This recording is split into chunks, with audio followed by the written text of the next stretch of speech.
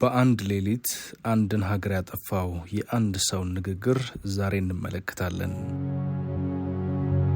ታህሳስ 25 1991 እንደ አውሮፓውያን አቆጣጠር በሶቪየት ህብረት ውስጥ በሚሊዮን የሚቆጠሩ ሰዎች በየቤታቸው ቴሌቪዥኖቻቸውን ከፍተው ይመለከቱ ነበር።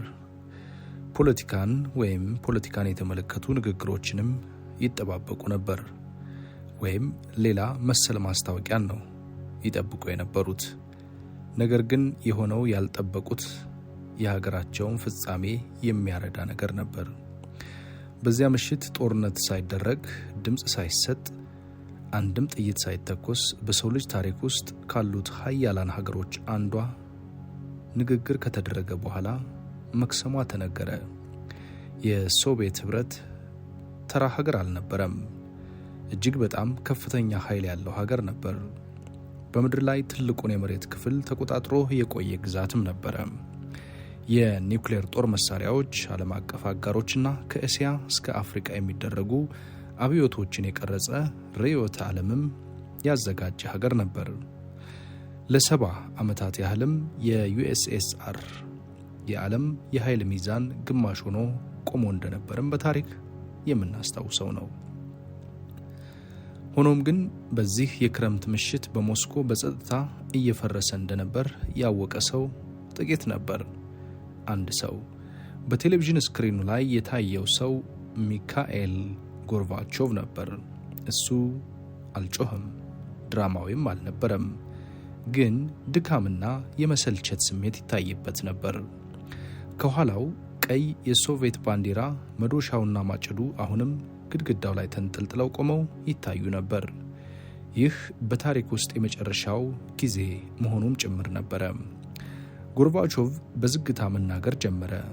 በጥንቃቄ የሶቪየት ህብረት ፕሬዝዳንት ሆኖ ከስልጣን እንደሚለቅም አስታወቀ።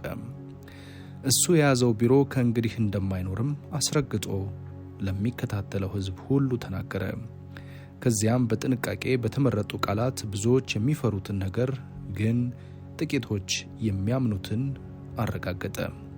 የሶቪየት ህብረት መጠናቀቁን አወጀ። ይህ ንግግር ፍጹም የማይታሰብ የማይታለምም ነበር። ማንኛውም ኤምፓየር በእርግጥ በዚህ መንገድ ያበቃል ብሎ ማንም አይጠብቅምና ነው። Soviet Union it symbolized is now dead. In its place they raised the flag of Boris Yeltsin's Russia. ግዛቶች በጦርነት በወረራ ወይም በአብዮቶች ይወድቃሉ። በእሳት በጩኸትና በግርግር ይወድቃሉ። ነገር ግን የሶቪየት ህብረት በዚህ መልኩ የተጠናቀቀ አልነበረም። በዚያ ምሽት ማንም የፓርላማ አባል ድምፅ አልሰጠም። ምንም አይነት ዜጋ አልመከረም።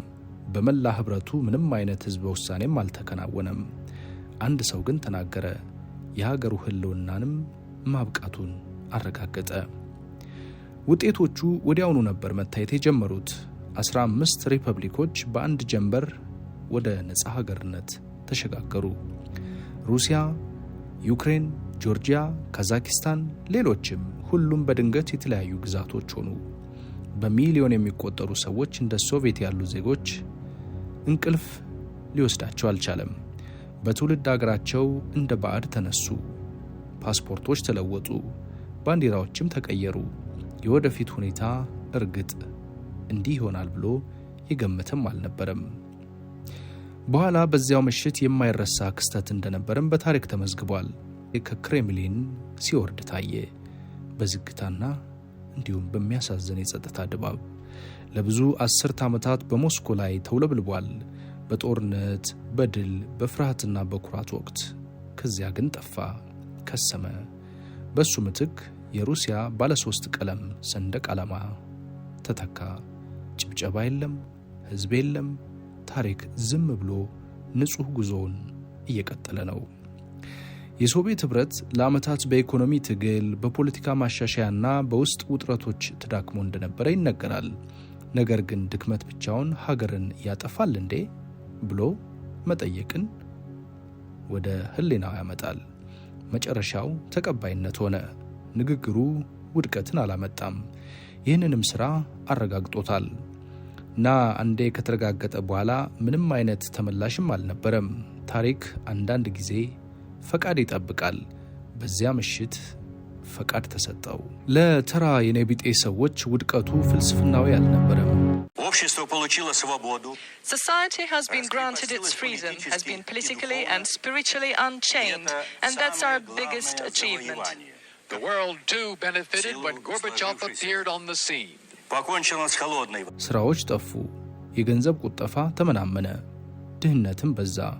መምህራን፣ ወታደሮች፣ የፋብሪካ እና የዕደ ጥበብ ሰራተኞች በድንገት በዚያ ውሳኔ ምክንያት ስርዓት የሌለው ሁኔታ ውስጥ ገቡ።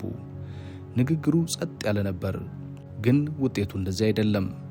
ዛሬም ድረስ የታሪክ ምሁራን የሶቪየት ኅብረት መትረፍ ይችል እንደሆን አሁንም ይከራከራሉ። ግን ስለዚህ ጉዳይ ምንም ክርክር የለም። ታህሳስ 25 1991 እንደ ግሪጎሪያን አቆጣጠር ቃላት ጦር ኃይሎች የማይችሏቸውን ነገሮች ሊያቆሙ እንደሚችሉ አረጋግጦ አልፏል። ያ ዝምታ ከአመጽ የበለጠ ኃይለኛና አደገኛ እንደሆነም ታይቷል። ያ ታሪክ ሁል ጊዜም አይጮህም፣ አንዳንድ ጊዜ በሹክሹክታ ይነገራል እንጂ። የዚህን መደምደሚያ ፍልስፍናዊ ይዘት ስንመለከተው ብዙ ጊዜ ግዛቶች፣ ብሔሮች ዘላቂ ናቸው ብለን እናምናለን። ያ ድንበሮችን ጠንካራ ናቸው ብለን እንድናስብ ያደርገናል። ያ ሰንደቅ ዓላማዎች ሁል ጊዜም ይወዛወዛሉ፣ ይውለበለባሉ ብለን እንድናስብ ያደርጉናል። ታሪክ ግን የሚያስደነግጥ ነገርን እንዲህ ያስተምረናል። ሰዎች መዋጋት ሲያቆሙ አገሮች አይሞቱም። ሰዎች ማመን ሲያቆሙ ይሞታሉ። የሶቪየት ኅብረት በጦር ሜዳ አልወደቀችም።